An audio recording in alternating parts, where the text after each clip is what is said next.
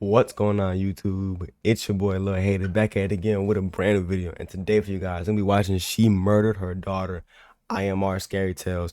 These are 3 true horror short animated films. Big shout out to IMR Scary Tales. Make sure you guys go show them some love. They make some sick videos. And without further ado, let's get right into this video.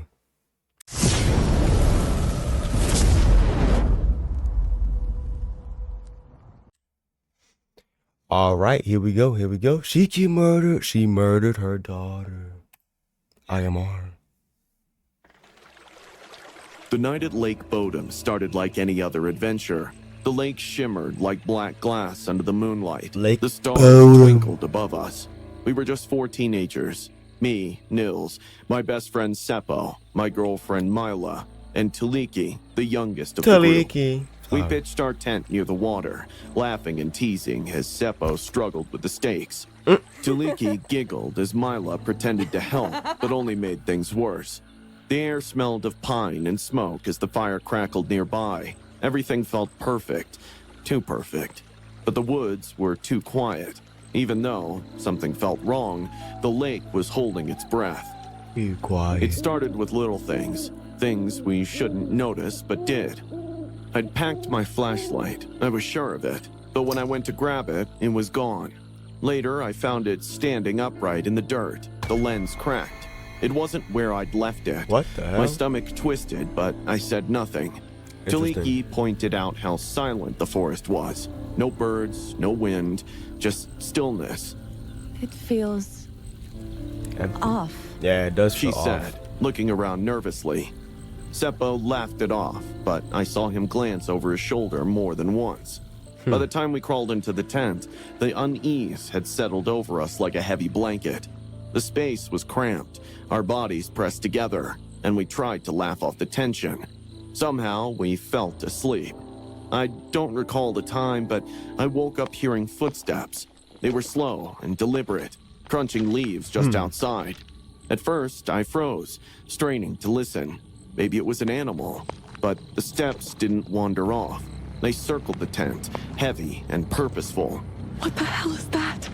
Tuliki whispered, her voice shaking. Then, the sound of metal scraping against stone cut through the silence. A sharp, grating sound that made my blood run cold. Fuck no. Who's out there? Seppo shouted, his voice cracking. There was no answer.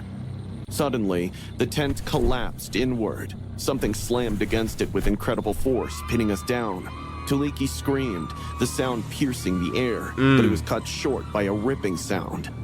A knife tore through the nylon, slashing downward. The first strike hit Tuliki in the side, the blade plunging deep. Blood sprayed across the tent, splattering my face and clothes. She screamed again, clutching at her stomach, but the knife came down again, this time into her chest. The sound was wet and sickening, her scream gurgling as blood filled her lungs. So let me ask you a question, yo. So you're in the woods and you hear something is off, right? You hear somebody coming. Why the fuck are you still in the tent? Why aren't we getting out the tent? Like, what are we doing here? What are we? They're all 4 of them are stuck right now. There's nothing that they can do. Seppo roared, throwing himself at the attacker. Hell yeah, but the figure was faster. The knife swung, slicing into his shoulder. The sound of the blade hitting bone was loud, like a crack of dry wood. Blood poured from the gash, soaking the ground beneath him. Run! Seppo shouted, his voice hoarse, but the killer didn't stop. The blade swung again, catching him across the throat. The cut was deep, severing flesh and arteries. Blood sprayed in an arc, splattering the tent walls as Seppo collapsed. He's dead. His hands clawed at his neck, trying to stop the bleeding, but it was useless. Mila screamed, clutching my arm. Nils, do something! I froze. The shadow of a man was moving outside our tent like he was on some rampage for killing. Suddenly, the blow came toward her, the blade dripping with blood. She tried to crawl away, but a hand pierced through the torn wall of our tent and grabbed her hair, yanking her back. The knife plunged into her stomach with a force that made her body jolt. Blood gushed out, soaking her shirt and pooling around her. Please! She gasped. her eyes wide with terror. What's bro fixated doing, with bro? What are you mine. doing? But the killer didn't stop. The blade rose and fell, each strike driving deeper. Her blood splattered my hands, warm and sticky, as I sat frozen, Why are you just sitting there? Oh my paralyzed by goodness. fear.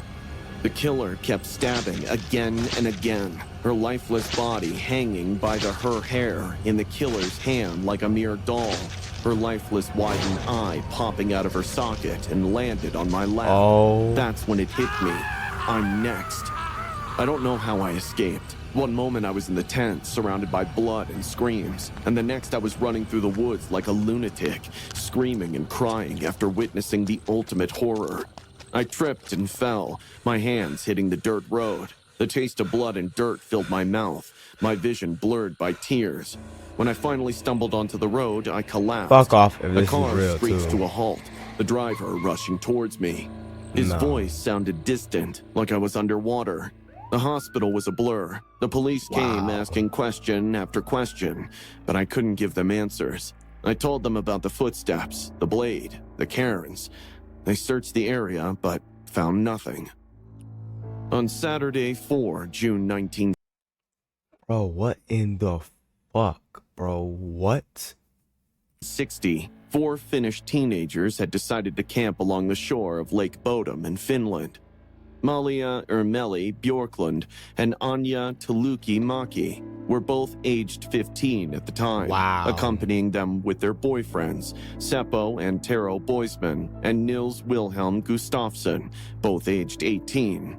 Sometime between 4 a.m. and 6 a.m., Maki, Bjorklund, and Boisman were all stabbed and bludgeoned to death by an unknown assailant. Gustafsson, the only survivor of the massacre, had fractured facial bones that appeared to confirm his story of being a victim. He stated What in the afterwards fuck? that he had seen a glimpse of an attacker clothed in black with bright red eyes coming for them. The killer had not injured the victims from inside the tent, but instead had attacked the occupants from outside with a knife and an unidentified blunt instrument, possibly a rock, through the sides of the tent.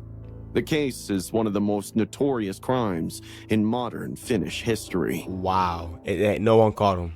That is fucking crazy. Unity Grove was supposed to be my haven. I was tired of my dead-end life, tired of everything, and desperate for a change. When I heard about the community promising peace and purpose, That's crazy. I didn't hesitate. That is wild. Chloe Driver welcomed me with a bright smile that felt rehearsed, her eyes weighing me like I was a puzzle to solve. Her husband, Michael, stood silently behind her, his gaze too heavy to ignore. Welcome home, Sister Emma.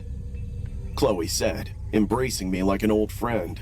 This is where you'll find what you've been searching for. Interesting. It seemed okay at first. The members were polite, though eerily quiet, and treated Chloe and Michael like gods. The rules were strict. No phones, no outside contact, but I told myself it was part of the retreat's charm. What the Chloe fuck? was unnerving. She clung to Michael as her life depended on it, watching him constantly. If another woman even spoke to him, her smile would twitch, her knuckles tightening. Ooh. One night during dinner, a girl Somebody's named jealous. Claire laughed at something Michael said. Chloe's face froze, her grip on her fork turning white. The next morning, Claire was gone. Where's Claire? I asked. Ooh. She wasn't loyal. Ooh. Chloe said, her voice measured, her eyes glacial. Chloe ain't no joke, twin. What the fuck? That was it. She's Nobody smoking else motherfuckers. even flinched. My anxiety heightened. Chloe's grins seemed more and more staged each day. At times, Hell she would no. gaze at me for too long, her eyes weighing a sum. And Michael, he never spoke up against her. He just sat there, a hollow silhouette of a man. And then came the night that everything fell apart. It was late when I heard it, screaming, a child scream, sharp and frantic. My stomach dropped. Fuck. I crept toward the sound, heart racing. Through the cabin window, I saw Chloe holding her daughter, Ava, by the arms. The toddler was wailing, her little hands flailing as Chloe shook her violently. What? She's impure! Chloe screamed, her voice cracking. She's taking you from me, Michael. You see it, don't you? Michael just What stood the there, fuck? silent, unmoving.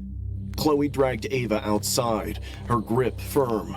I followed at a distance, my legs trembling. She stopped at the fire pit, her face shot. illuminated by the flickering embers. No This way. is what we need. Chloe said, No way. her voice suddenly way. calm, almost serene. Don't throw that baby in She that raised fire. a knife, Oh. its blade catching the firelight. Ava's cries turned into choking sobs. No! I wanted to scream, but my voice was stuck in my throat. The blade came down. Ava's scream cut off sharply. Blood sprayed across Chloe's hands, her What's dress and her in face. the fuck? She let the tiny body drop to the ground like it was trash. I froze. Chloe knelt by Ava, her bloody hands trembling, but not from regret. She was smiling, whispering to herself, wiping the blade on her dress like it was just another day. Michael still didn't move, staring at Ava's body like it was a broken toy. Now it's just us. Chloe whispered, and she turned to Michael, smearing blood across his cheek with her fingers as her smile grew. I stumbled backward, barely stifling a scream, and ran. Back in my cabin, I locked the door, shaking uncontrollably. I had to get out of there. Time to go But to the it. hills stretched endlessly, and the forest was thick. What if she caught me? That is wild. The next day, Chloe was herself again, front and center, beaming, discussing. Sacrifice. Purification. No one flinched, not even a drop of regret or discomfort. Fuck. I no. put my bags together and ran into the woods the same night. The woods swallowed me up in total blackness. Every little pop of a twig, I shot out of my shoes, terrified. And then I heard her voice, soft but unmistakable. Emma. Her voice was soft, sing-song, but it sent ice down my spine. I turned and saw her standing at the edge of the trees, Time to go. the knife still in her hand, go. blood still on her dress. You're not leaving. Time to go. She whispered, stepping closer. You belong to us now. She fool. lunged and I ran.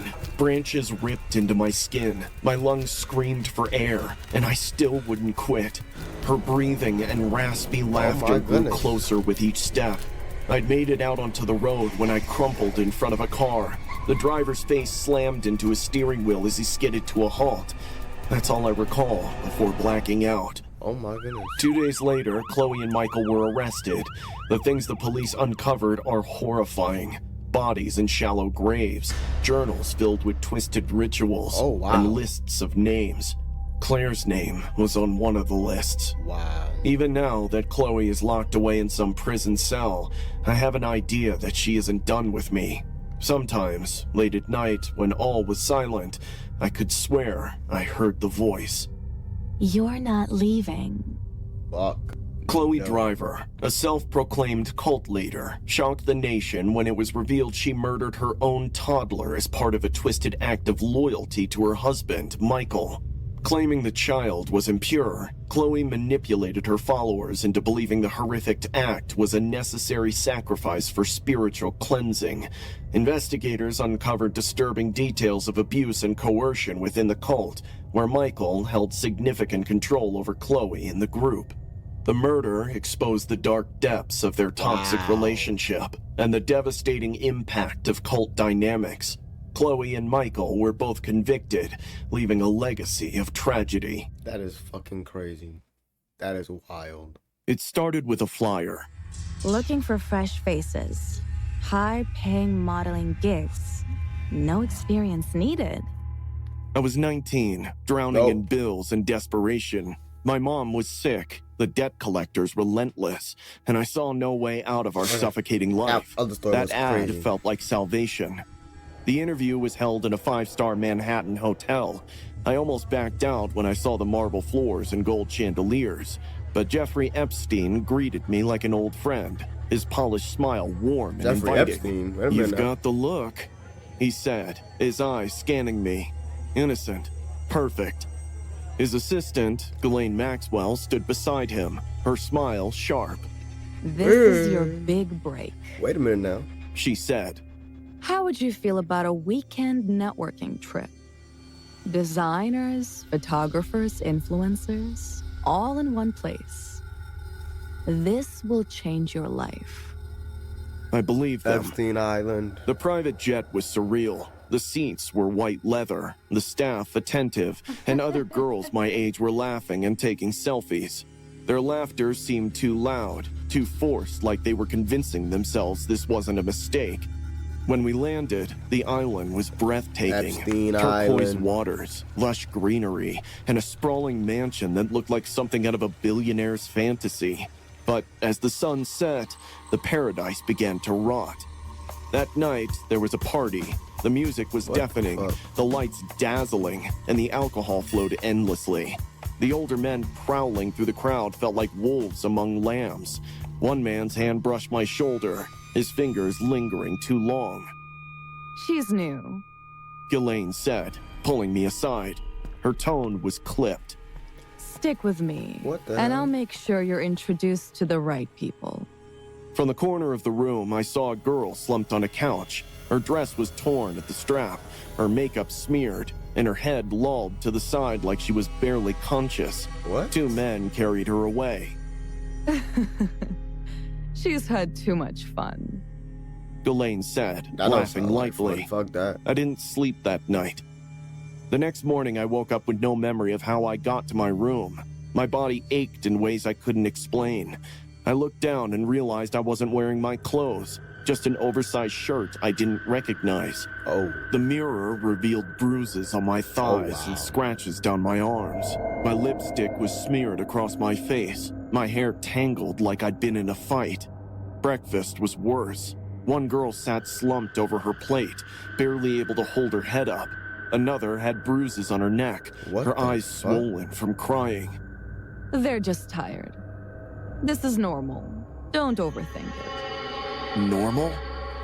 The days turned into a blur of horror. Interesting. Every night was the same. Drugs, alcohol, and men who saw us nothing more than toys. They forced drinks into our hands and pills into our mouths. It's just to help you Hell relax. Ghislaine would say, Hell her no, tone yo, sharp what the whenever fuck? I hesitated. One night, I saw a girl being dragged down the hall, her dress torn, lips bleeding profusely, her legs dragging uselessly. She weakly clawed at the arms of the man pulling her. Please, She whispered, barely audible. please no. What the fuck? Her doors slammed shut, silencing her cries. I stopped eating. My stomach churned constantly, and every shadow felt like it was alive. At night, the muffled screams of other girls filled the hallways. Doors slammed, heavy footsteps thudded on the floors, and I pressed my hands over my ears, praying it wouldn't be me next. Oh my goodness. Then, Jeffrey came to my room. He sat on the edge of my bed, his voice calm, almost gentle. "You need to stop fighting this," he said, brushing a strand of hair from my face. Oh hell no. "Do you know how many girls would kill for this opportunity? Just play along, and I'll take care of you. Cross me, and you'll regret it." His hand lingered on my cheek, Oh, hell and I no. wanted to vomit. Absolutely not. I tried to escape. At dawn, while the guards switched shifts, I slipped out of my room. The jungle was alive with eerie sounds as I ran, branches clawing at my skin. My feet bled from sharp rocks, but I didn't care. The dock was within sight when I heard voices behind me. "She's here!"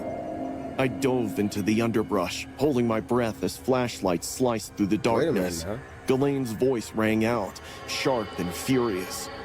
Find her. She doesn't leave this island. Oh They shit. dragged me back. Ghislaine slapped me hard, splitting Oh. my lip. You're ruining everything. She hissed, her nails digging into my arm.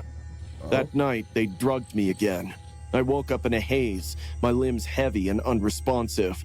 I could hear muffled sobs from the other girls, but I couldn't move. When the FBI raided the island, I thought it was another trick. But then an agent wrapped me in a blanket and whispered, "You're safe now." Safe. Even now, I wake up drenched in sweat. What the The screams of the girls still echoing in my head. Jeffrey is dead, What but his the shadow hell? lingers, a reminder of how easily predators hide behind wealth and power. If you're reading this, remember, Monsters like him don't lurk in the shadows. I don't really know too much about Jeffrey Epstein and all of that other shit, but I know that the shit that he did was kind of crazy. Well, a lot of crazy from watching this. They smile, wear suits, and promise you the world. Wow. Jeffrey Epstein, a wealthy financier, used his influence and wealth to exploit young women, often targeting aspiring models. He, along with associates like Ghislaine Maxwell, lured victims with a false promise of modeling opportunities, mentorship, or connections to elite circles. Under the guise of professionalism, he manipulated and trafficked these women, subjugating them to abuse at his properties, including in New York, Florida, and his private island. Many victims were young and vulnerable, coerced through intimidation or deceit. Epstein's 2019 arrest shed light on his predatory network, but his controversial death and custody left many questions about his enablers unanswered. Whoa, interesting. So, if you guys want to see more IMR scary tales on the channel, man, make sure you guys smash the like button. If you guys want to join the most hated gang on YouTube, smash the subscribe button. We hit 168 last night at the time recording. By the time you see this video, we can have more, we can have less, honestly. But you guys like IMR Scary Tales, big shout out to them. If you guys want to see more, like I said, smash the like button. If you want to join me and my road to hopefully become one of the best YouTubers that I could possibly make myself, smash the subscribe button. I will see you guys next time, and peace out.